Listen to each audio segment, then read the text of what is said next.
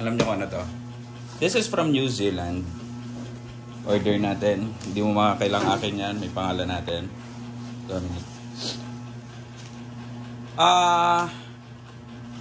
Nakita ko lang doon sa supplier namin. Kasi parang na-curious ako. Ito na yung inaantay natin. Sir, meron po bang MDM na baka? Sir, meron bang MDM na pork? Nakakita na tayo ng pork. Ito naman baka. Pero parang iba yung tawag nila kapag sa beef. Ayan ang pangalan niya. Mince meat. Ibig sabihin, parang maliliit na cut. Di ko pa siya nabubuksan. Yun, sealed pa. Yan. So, export to the Philippines. Talagang sa atin ang punta niyan. Originated from New Zealand. Tapos ito ang weight niya. 18 kilos. Yan. February 13. Siya in 2024. So, mag-isang taon na to. Tama, no? Yan. Expiration niya is Feb 2026. Yan. So, ganun siya katagal. Tagal, no? Ganun siya katagal. So, from February 24 siya pinak sa New Zealand. Ngayon, nandito siya sa Pilipinas. Today is May ano ngayon? May 5. May 5, 2025. So, tignan natin. So, question again. Sir, halal ba? Halal. Ito. New Zealand. So, okay na. Unbox natin. Sa mga susunod na video, gagawa natin ng recipe to. This is 18 kilos. Marami akong magagawa rito. Sir, ano bang mga pwedeng gawin dyan? Nakikita nyo yung mga buy one take one na na mga shawarma. Yan. Usually, ganito yung gamit. Kasi talaga ako na-curious ako kung paano nila nagagawa. So, ito ang answer. Mince beef ang tawag. Ang hirap lang ng niya. Ang hirap buksan. Pero mas maganda yung sealed. Natin ito. Yan. Okay. Testing. Tigas nagdikit na kasi. Nagdikit. Yung pinaka-cover niya. Tigas. Sirain na natin. Ayan. Ay, yung brand pala muna. Greenlee. So, ni-research ko siya. Kilala siya sa kilala siya talagang meat supplier sa New Zealand. Greenlee. Ayan, Premier Meat Limited. Okay. So, yan. Sealed. Mukha namang sealed lahat. Sir, paano ba ginagawa yan para ito? Paano ba ito ang Sa chicken MDM, hindi ko lang alam. First time ko rito sa beef. Sa chicken MDM, iwan nyo lang siya dyan sa niya, sa packaging niya. And kusa yan magtutubig, butasan nyo lang ng maliit yan, tapos saka nyo padaluyin yung katas niya. So, sealed naman to lahat. So, kailangan pa bang hugasan yan, sir? No. Ang MDM hindi hinuhugasan kasi hindi nyo ma-strain. So, sobrang pino niyan. Okay, ito na. Buksan natin. Ang amoy. That's beef. Amoy talaga.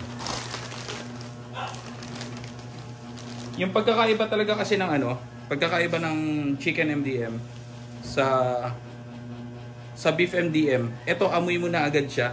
Kung nandito ako, amoy mo na agad na baka talaga siya.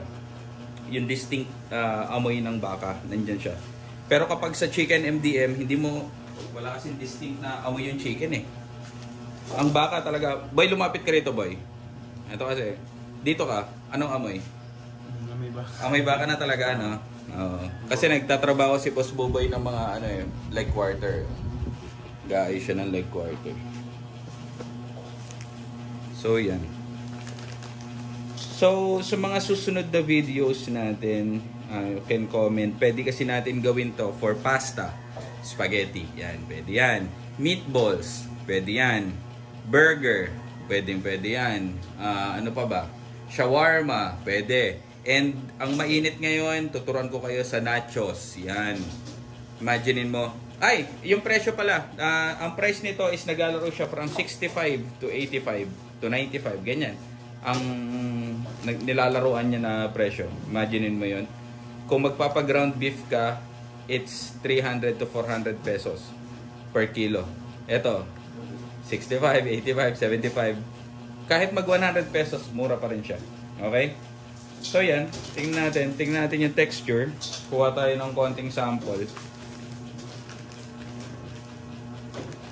Kapag ang mga frozen meat, nakaganito siya, this is considered sterile. Sterile ibig sabihin, okay siya. Hindi nyo na kailangan hugasan yan, malinis yan. Sa sobrang stricto ng mga nagpapak nito sa mga ibang bansa. So, actually, hindi katulad sa atin kapag pumunta ka sa palengke, yung iba. Ito talaga sa kanila, strict compliance sa cleanliness. Yan ang itsura niya.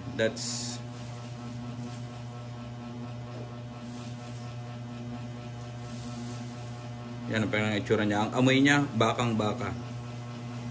So mga susunod na videos natin, gawa tayo ng mga recipe using this meat.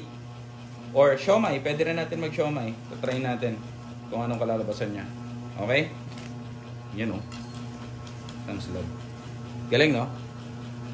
First time natin. First time ko bumili nito. Pwede rin corned beef yan.